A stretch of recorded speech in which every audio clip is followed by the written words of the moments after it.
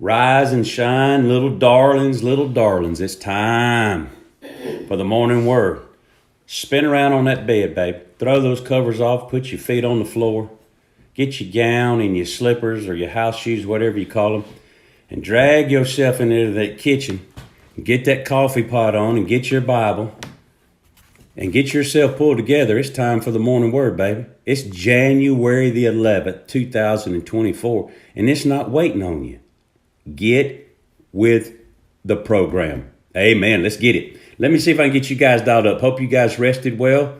Going to get a reprieve from the coolness today. Just a little bit warmer today, but then it's going to show enough get with it here next week. Hey, Nick, Diane, Mary Joyce, Robin, Joanne, you put the feet on the floor. Tell them, Nick, you waiting for the light to come on so you can get that concrete poured. Hey, Kathy. Hey, Mary. Hey, Missy. Yes, ma'am. Roll Tide, rise and shine. Hey, Brandy. What's going on in your neck of the woods? Gary, my man, the skipper. Hey, Brandy, good morning. My man Al from Hoosierville, Indiana, and my sweet Miss Faye. Hey, Miss Faye Taylor, good morning. Kay McBride, good morning to you. Let's get a little sip here. Buddy. What's up, buddy? Y'all good in the hood? Everybody good? Come on now, let's shake, rattle, and hum. Y'all get together. Hey, Ron Bowers, good morning. Ron, you coming or going? Are you coming from North Dakota or are you headed that way? Rise and shine, boys and girls. Hey, Tina. Where the Duke is, where the Cowboy is, where Big Junior? Where Big Junior?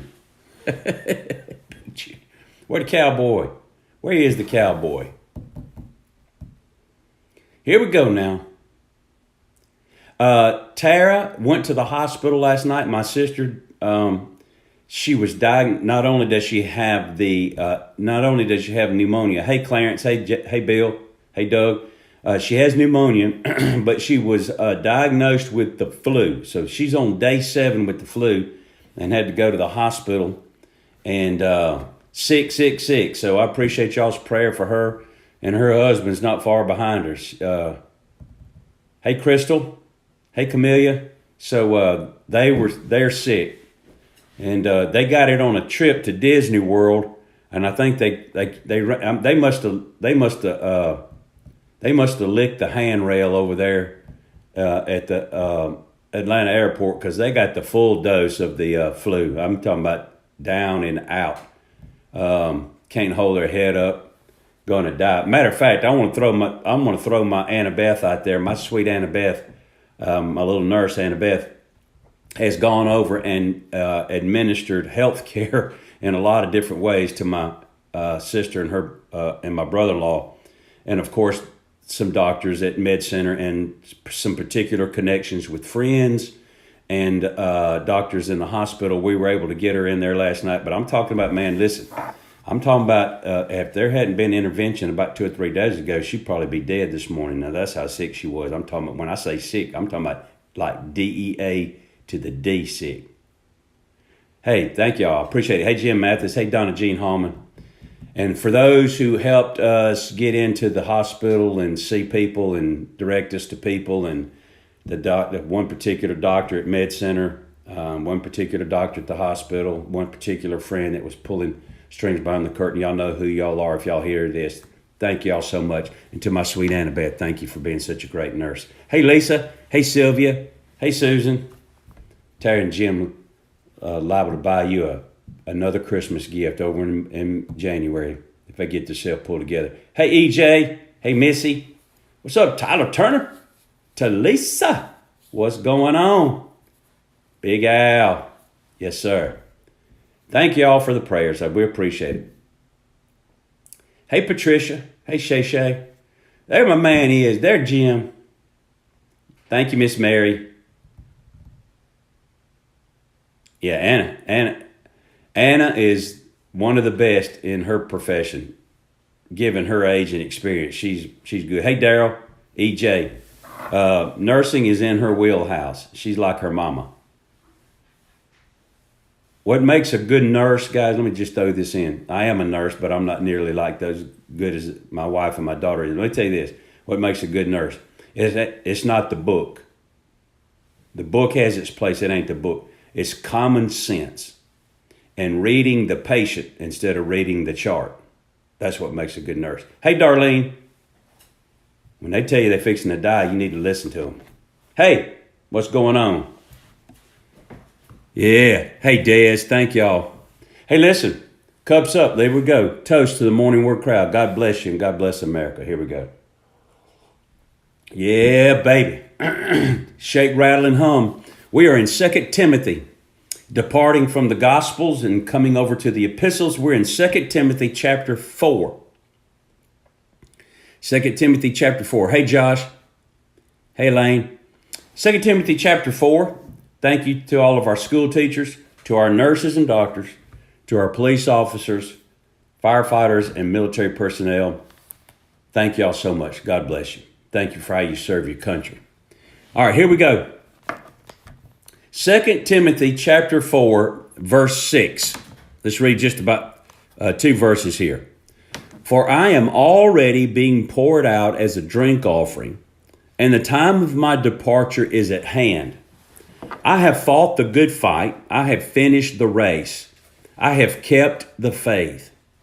Finally, there is laid up for me the crown of righteousness, which the Lord, the righteous judge, will give to me on that day, and not to me only, but also to all who have loved his appearing. Now, Paul is at the end of his life. He says, I am being poured out as a drink offering. That is in reference to an Old Testament practice where they poured wine on the altar. The aroma, meaning that my cup is empty, the aroma of the wine filled the air, and it was symbolic of a life well lived, and the aroma, a well-lived life was a sweet-smelling aroma to the Lord, and it was poured out to the last drop, poured out. And Paul said, my life is being poured out. I'm at the end. Look, he said, the time of my departure is at hand. He's not talking about catching a plane in Atlanta. He's talking about leaving this earth, checking out here and checking in there in one breath, in a millisecond. It'll all be over with. And he said, and he looks back now, and he's writing this to Timothy. He says, I have fought the good fight. I have finished the race. I have kept the faith. Meaning that I have been, to the best of my ability, with God's help, I've been faithful to the purpose and the calling with which God has called me. Notice that the Christian life is analogous to a fight and a race. And the main purpose of it is to hold on to the faith personally and to share the faith with other people. And he says, now the next thing on the agenda for me is I'm going to stand before the righteous judge, Jesus Christ, and he's going to reward me. You see, Paul's life was not richly rewarded in the material things that we think he should have been rewarded. You know, he should have gotten the watch and the certificate and a condo at the beach on the second or third floor, you know, and 2 chairs for life on the beach. He never got those kinds of things. Matter of fact, he's writing from prison. His life, he's going to be executed. Paul was executed. Most likely was beheaded. The historians say Peter, another of the apostles, he was crucified upside down being his choice. He didn't want to be crucified right side up. Didn't think, because Jesus was, and he didn't think he was worthy of the kind of death Jesus died. He wanted to be upside down. So the point is that these apostles did not receive their reward here in the earth like we're going to receive it in eternity. And he says, God's going to reward me with a crown of righteousness. All right. Not my own righteousness, but the righteousness of Christ. And he said, not to me only, but all who have loved his appearing. That's what Paul was looking forward to. When Paul had a purpose on the earth, live for Christ, share the gospel, do everything for the glory of God. And his future ambition was to receive his reward from the Lord. His reward for the Lord. So he wasn't disappointed in earthly rewards. Now, the reason I'm kind of on this topic, I'm going to slide back now. That's Paul's story. I'm going to slide back. If you have a TV or a radio and you keep up with anything, yesterday at about 4 p.m., Nick Saban retired in football. He retired for a couple of important reasons. Number one, he was 72 and he'd been at it since he was, graduated college, and he just immediately went into some form of coaching. So he'd been in it since college, both professionally and at the college level. And so he's 72 years old. The game has changed, and it's not fun to him anymore. The game is fun, but all this hoopla with NIL and portal, and I know that doesn't mean anything to most women, but it really turned in. These players are now being paid openly. It's a bidding war to see who can get the most players. It's stupid. People are paying millions of dollars to a kid coming out of high school who hadn't done anything to play football. It's stupid. All right, but he didn't like that. The other thing is there's some rumor that there's some health issues in his family. I'll just leave it there. So he made a move to get out. Now he's still young and he's still younger. He's for 72. He's in great condition, mentally sharp, and all that. So what is he going to do? That's the morning word. Now what? Well, Paul answered his now what. He said, now what is my retirement. Paul's getting ready to retire, but look what Paul's retirement is. DEATH. He can't go anymore. He's incarcerated when he's writing this, and he's going to be executed. He can't go anymore. He's got no drops. He's got no wine left in his cup. He's being poured out. Absolutely. Now, Coach Saban, who knows what he's going to do? He's got all these car dealerships. He's got businesses. He's got his trust, his foundation, and he's got family to take care of. He's got grandkids. He's going to find himself busy. Now, that's on a secular level, okay? On a secular level. He's set himself up. I'm not going to talk in that vein today. But what I am going to talk about is now what? Meaning that we have been conditioned in the United States of America, some in Britain, but mostly in the United States of America because we're the rich, most prosperous nation in the world, although we're $40 trillion in debt. It's a mirage. It's going to bust. We're living in a dream. But all these years, we've been rich. And the mindset in Western culture for the world is make all the money you can make and retire early. Or not early, but retire as soon as you can, meaning whether it be years that you have to put in or the sufficiency of your 401k or your pension, your Social Security. That's the mindset of the world, and it's in the church. Now, I'm retired. Matter of fact, I have now been retired from work in my secular job as long as I did work in my secular job, in that one particular job. But I left there to step into the ministry. And I didn't do it because I wanted to necessarily. I did it because I felt like I needed to.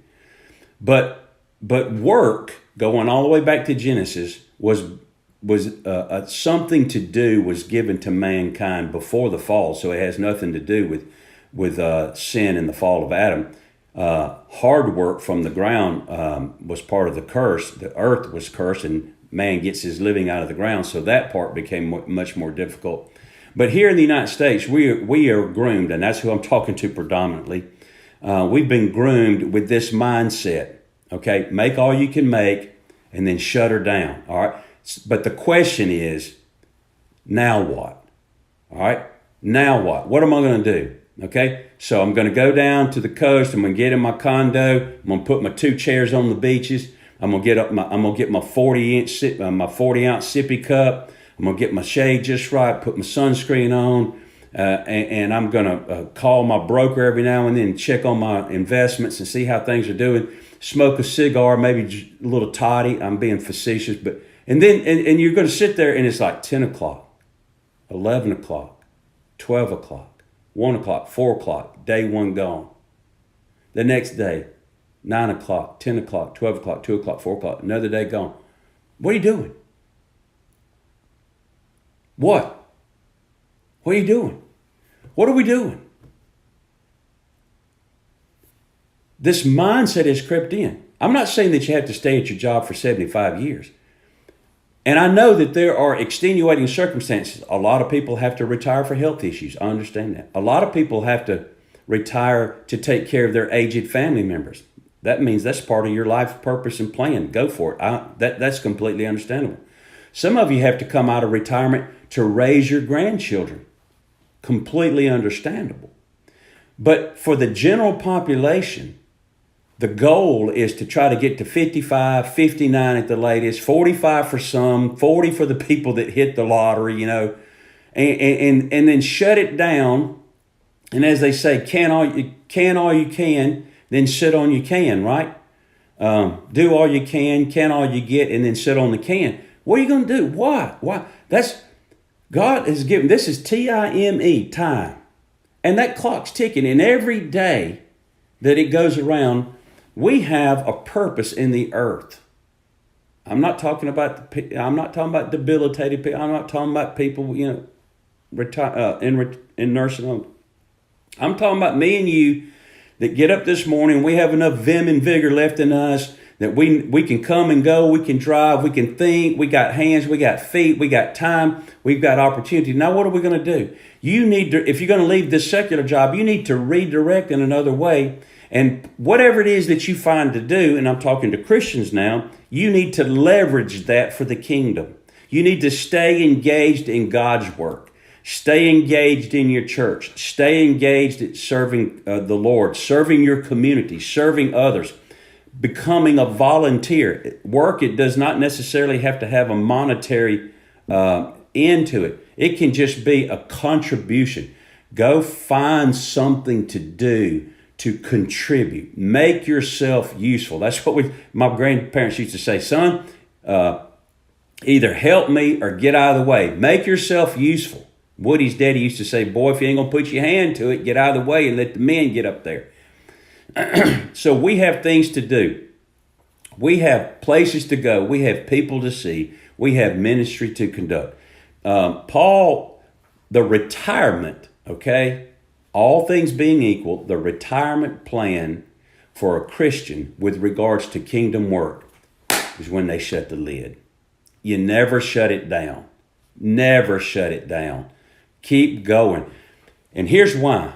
Because part of being able to continue to go and work and produce and be fruitful and multiplication, whether it be, starting new businesses, help mentoring other people start their businesses with godly principles, mentoring, or helping at the church, at the anti-abortion clinic, at the senior citizens place, driving the van for the retirement center, working at the food distribution center. I mean, whatever, okay?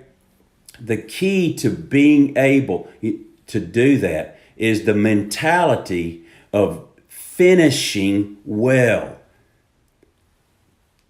People shut it down. When people retire and they have no goal, no plan for continuing on, very quickly they find themselves unable to continue.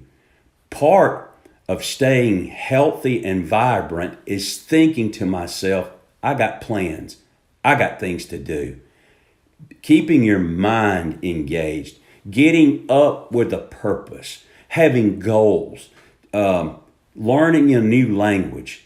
I got this lady at the gym that's wearing me out, this Hispanic lady. She's telling me to learn. She's asking me things in Spanish all the time. I'm having, check with my phone on a language app to try to figure out how to stay one step in front of this lady. She's trying to make me learn. But the deal is, guys, here's, now what? So what I'm trying to say, looking at Paul didn't have a now what moment. Because Paul said, I'm not stopping what I'm doing till I'm dead. Okay? I'm running to win. I got a race to run. I got things to do. And what I'm trying to convey this morning is we've got to change this paradigm of thinking from retirement that has the connotation of inactivity, and it's all pleasure and play and sun and fun and sleeping till 9 a.m. and getting the paper and watching Gunsmoke and I Love Lucy reruns and, going to the gym and getting my nails done and going to the beach and coming back and whatever. I'm not knocking that. That's great. But find a place for that in the frame of being productive, predominantly in the kingdom. Jesus said that the fields are white unto harvest, and that we should pray for the Lord to send laborers into the harvest. Listen, you can hang your hoe up in the garden. You can hang your hat up at B.F. Goodrich. You can hang your stethoscope up, okay, at the hospital. But we don't ever hang up the gospel. We don't ever hang up trying to win, disciple, mentor, love on, care for, comfort those outside the kingdom, into the kingdom, and those into the kingdom until the Lord takes them home. Man, you got to think. We have got to think in terms of productivity, running and racing, and getting up with a purpose and living life with a purpose. We do not want, listen, man, I got to hurry up. You guys got to go to work. I got to go to work. I got grandkids to get to school and kids to get to school. I got kids. Man, I'm 63. I got kids. I got a kid in the 6th grade. But it's fun. It keeps me young. That's what we say. And that's what I'm talking about, guys. Listen, I don't want this to come off to sound arrogant or anything like that. But here's what I don't have time to retire. I don't have time to shut it down. I know a guy, and I'm not picking on him. I'm just telling you, he just came to my mind. I don't even know his name. But there's a guy that I know that somebody said that guy's he's retired. He's retired out of a denomination. I see that guy every day, somewhere, okay, almost every day. And I know where he lives. I drive past his house. I see him out walking all the time. Now, he's probably 70-something years old, but I mean, he's fit. I see him in the gym. He's walking, and I'm thinking to myself, the crap are you doing? Now, I have no idea what's going on in his life. That joker may be blowing and going somewhere else, but I'm just, on the surface, I'm looking. Surely to God, you didn't leave your denomination, and you didn't check out of preaching and pastoring to walk the block, to walk the neighborhood. Now what? Think about that. Now what? Now what? What are you going to do, man? Come on. Good Lord. Change this mindset. Quit trying to think about. Beth and I closed with this story. Beth and I closed with, we got a little bit of money put back. We went to talk to some people about some investments and all that. And he goes, well, how much money you want to live on? Told me, this, that, and he said, well, when are you retiring? I said, I ain't retiring. I'm going to go till I can't go no more. Now, I may not be pastoring the church as the head pastor, but I'm going to be doing what I'm doing. I'm going to be as long as I can, I'm going to work for a paycheck. That's what as long as I can, I'm going to work for a paycheck. And my wife's going to do the same, at least until she gets full retirement age at 67. She's just 60. He said, well, dude, man, y'all don't need no money. I said, I didn't tell you. I didn't come up here and tell you I need no money. I said, I need to invest this. He said, well, you probably not going to never need to touch this money. I said, that'd be great. I'll leave it to somebody else. I'm not trying to figure out how I can retire. I'm trying to figure out how I can live and keep on living.